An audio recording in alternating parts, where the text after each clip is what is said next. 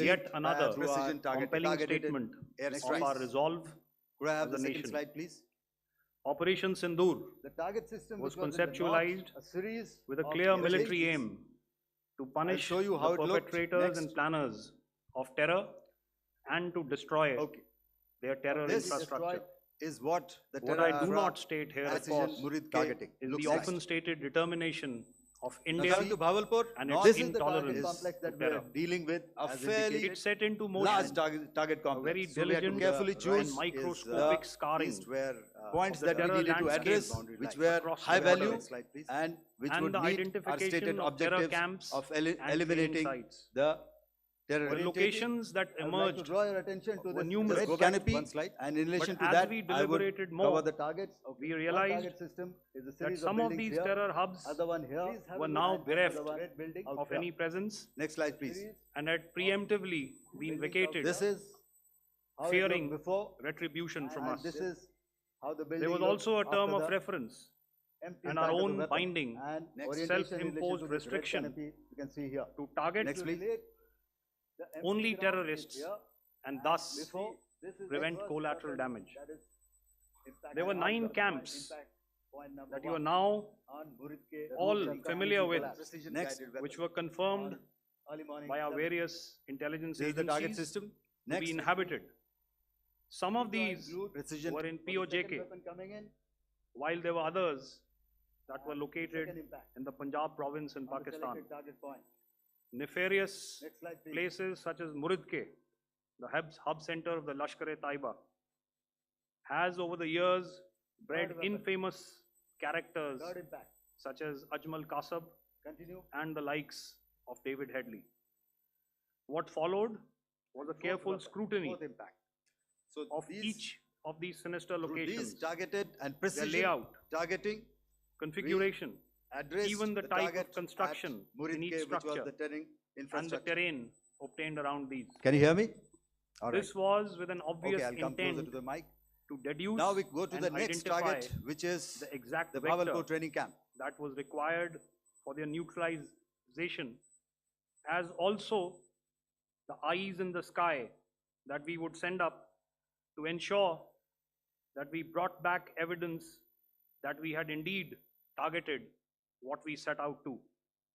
The precise images of these engagements on that fateful and historical night have already been showcased during the first press statement on the 7th of May that was helmed by our Foreign Secretary.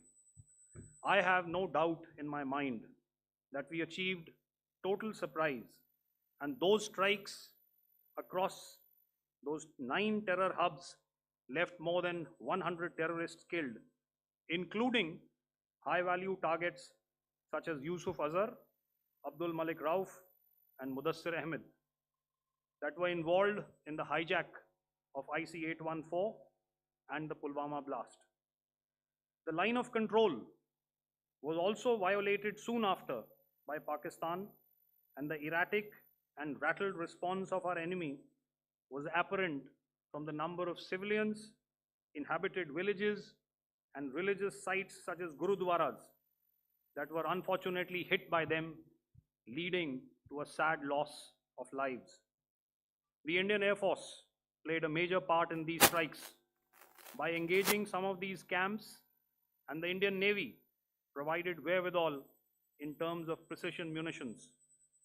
The Indian Air Force obviously had their assets up in the sky, and I will here request Air Marshal Bharti, the Director General of Air Operations, to detail for you the methodology that the men in blue adopted to successfully manifest this mission. Thank you, Rajiv. A very good evening, ladies and gentlemen. It indeed is a difficult time that we have to come here like this and brief you. We could have done without this, but we had no choice. As the DGMO has detailed, the event was precipitated by the dastardly act at Pahalgam.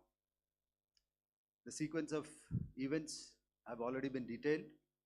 We carefully selected the targets, and out of the 9 selected targets, the target systems that were given to the Indian Air Force were the notorious training camps at Bhavalpur and Muridke, these being further from the international boundary.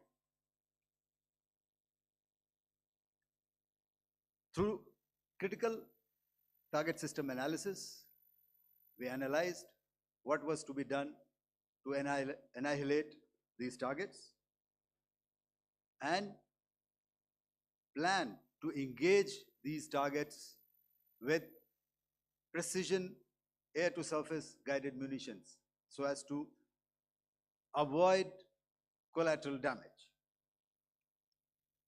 The modalities of planning process, I will not go through at this instant. However, what I would like to show you is the results that we achieved through our targeted airstrikes. Could I have the second slide, please?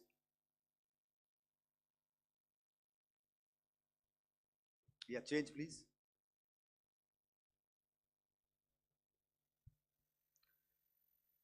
Okay. This is what the terror infra at Muridke looks like. If you see, north is as indicated, and to the right is east, where the international boundary lies. Could we have the next slide, please?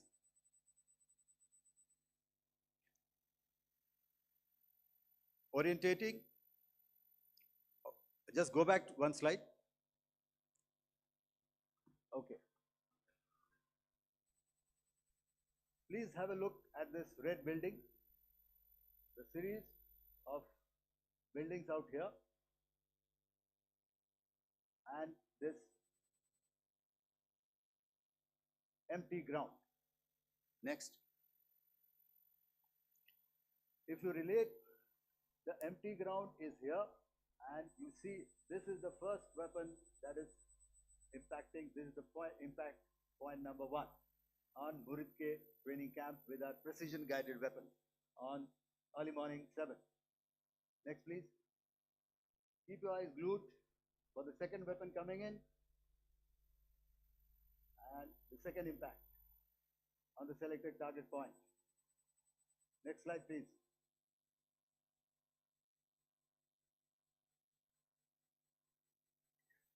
Third weapon, third impact. Continue. And fourth weapon, fourth impact. So through these targeted and precision targeting, we addressed the target at Muridke, which was the training infrastructure. Can you hear me? All right. Okay, I'll come closer to the mic. Now we go to the next target, which is the Bhavalpur training camp. Next slide, please. Okay, just wait. So the effect, if you see, the impact point, if I can point out, this is the impact point. The ammunition has gone through the roof and it has created a blast inside, the photographs of which you would have, all of you would have seen. And the red building, after that there was this double-story building. It has been completely decimated by precision targeting. Next, please. The target system, which was in the north, a series of buildings. I will show you how it looked. Next. Completely destroyed by our precision targeting. Next. Now coming to Bhavalpur, this is the target complex that we are dealing with, a fairly large target complex. So we had to carefully choose the points that we needed to address, which were high value and which would meet our stated objectives of eliminating the terrorists. I would like to draw your attention to this red canopy, and in relation to that, I would cover the targets. One target system is a series of buildings here. other one here, and other one out here. Next slide, please. This is how it looked before, and this is how the building looked after the impact of the weapon. And orientation in relation to this red canopy, you can see here. Next, please. Before, next, and after. The roofs have completely collapsed. Next. This is the target system. Next. Precision targeting, and we have achieved our objectives here. Next. All right, so that was what we did on the 7th. Our objective was to address these two terrorist camps, and that we did with precision. And thereafter, we maintained a robust air defense posture, because remember, our objective was to target the terrorists and terrorist infrastructure, not any other infrastructure, not the Pakistani military, not the Pakistani any other infrastructure. So that is what we have maintained on the 7th of May. However, what we saw in the evening of 7th of May, we were saturated with a raid of Pakistani unmanned aerial vehicles and small drones. And these came in waves in our civilian areas, over our military installations, and all of them were successfully intercepted. Few of them did manage to land. However, there was not much damage that they did. And we have our robust counter-US hard kill and soft kill systems which did the job.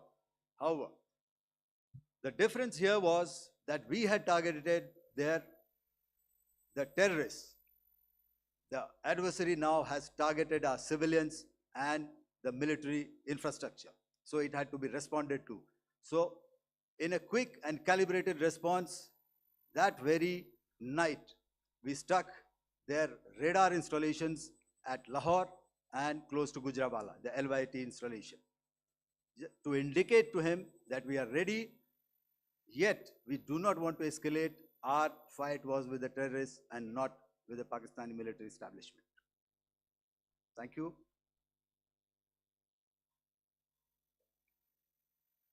Thank you, Air Marshal Bharti. So, ladies and gentlemen, he's outlined operations not only on the night of 6th and 7th of May, when Operation Sindoor commenced, but also on the subsequent night. Being well aware and familiar with the congenital and impulsive nature of our adversary, and even though we did attempt to reach out and communicate our compulsions to strike at the heart of terror to my counterpart in the immediate wake of Operation Sindoor, the request was brusquely turned down,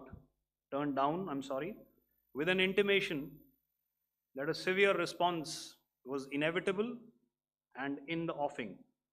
We were, of course, prepared. Operations on the 7th and the 8th, Air Marshal Bharti spoken about. On the night of 8th and 9th of May, they flew drones and aircrafts into our airspace all across the borders and made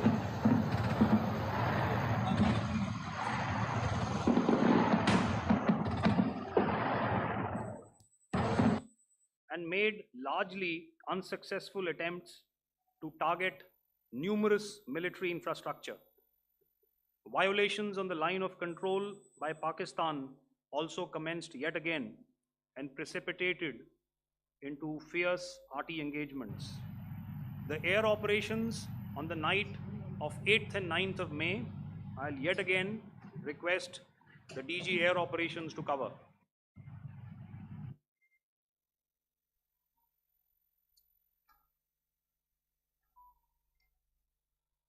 So I just covered what happened on the night of 7th and 8th.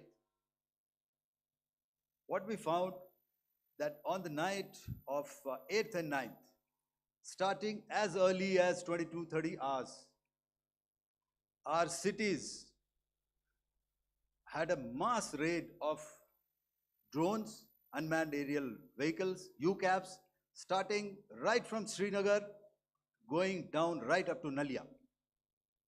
It was a mass raid in waves, and it was relentless. However, we were prepared, and our air defense preparedness ensured that there is no damage on ground or to any of the intended targets that the enemy might have planned for. The difference between 7th night and 8th night was that on 7th night, he sent in his Yeha class of UAVs. However, these UAVs can go some distance, they are armed. However, on the 8th, less numbers of armed UCAVs were there or UAVs were there, and more numbers of quadcopters, maybe for surveillance or just for harassment of civilians. This continued till midnight. Our air defense preparedness ensured that there was no damage on the ground, either to the military installations or to the civilians. However, the enemy had yet again shown that he wanted to up the ante and he wanted a fight, and we were up to the task. In a measured and calibrated response, we once again targeted his military installations, which included his SAM sites at Malirkant. This also included his surveillance radar sites at Lahore and close to Gujranwala. These were suitably addressed, and thereafter his drone attacks continued even till morning, which we countered, and during the daytime there was some respite. Here I would like to bring out another aspect. What we found was that while the drone attacks were being launched from somewhere close to Lahore, enemy had allowed his civilian aircraft to also continue to fly out of Lahore. Not only his own aircraft, but international passenger aircraft, which is quite insensitive, and we had to exercise extreme caution, even at the cost of some tactical disadvantage, to ensure that there is no damage to any of the civilian aircraft. And this was also brought out in our press briefing during the day. So I will now hand over to my colleague to cover the events of 9th onwards.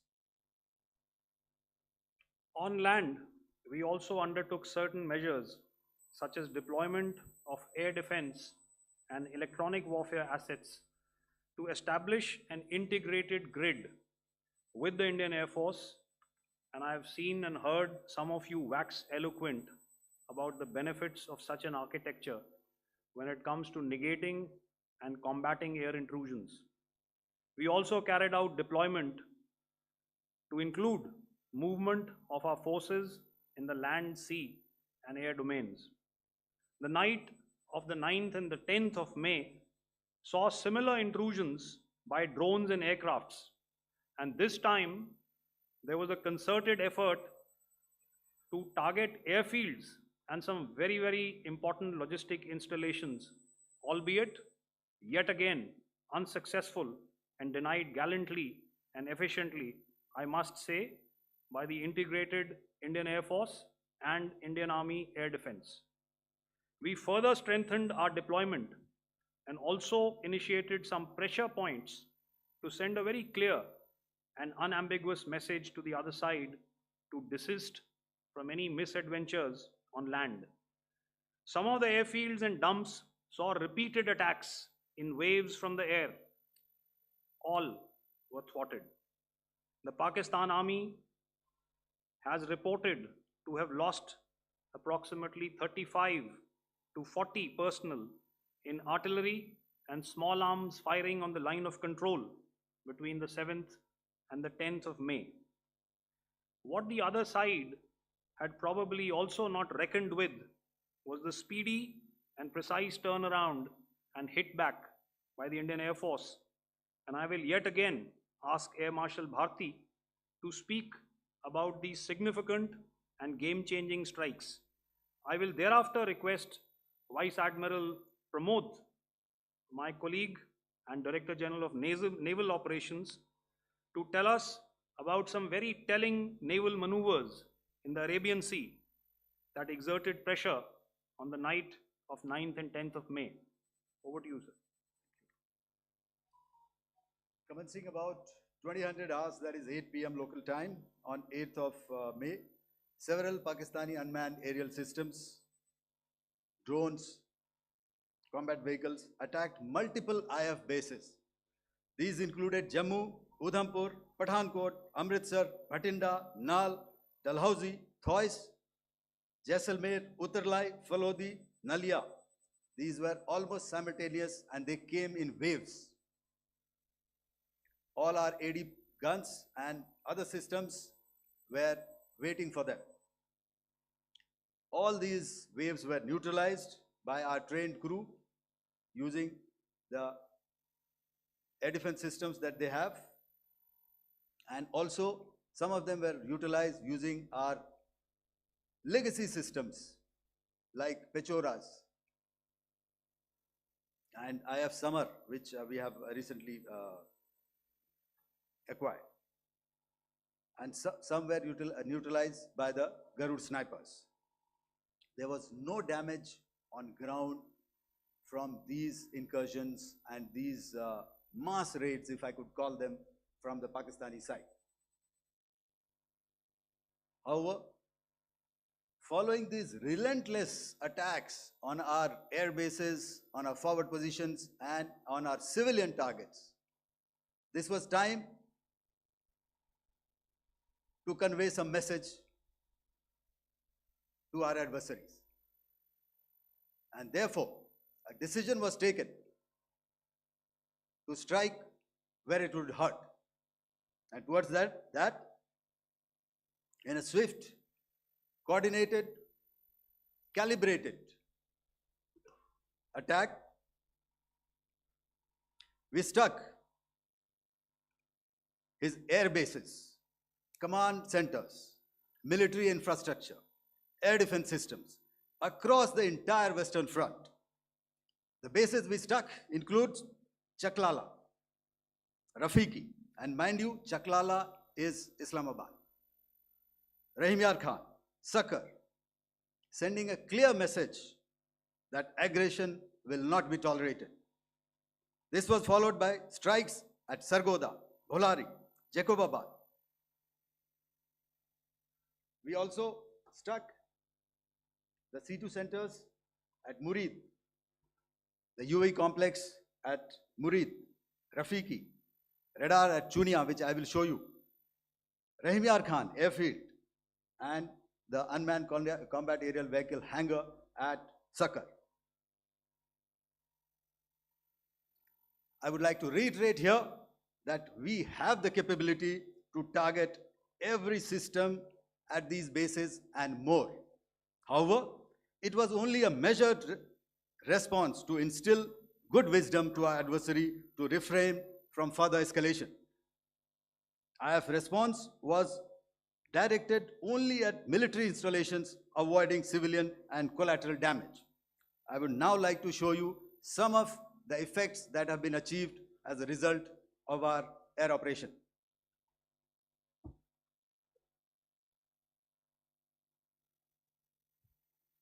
Here is the Pasroor air defense system, if you could see.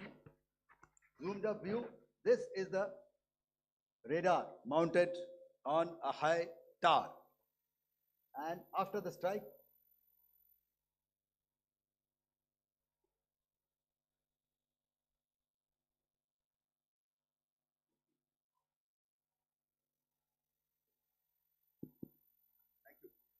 can you hear me? Yeah, thank you. And after the strike, this is what has happened. This radar has been taken out, completely burnt. Next slide, please. The Chunia air defense radar, which was taken out on 7th and 8th. This is the radar site.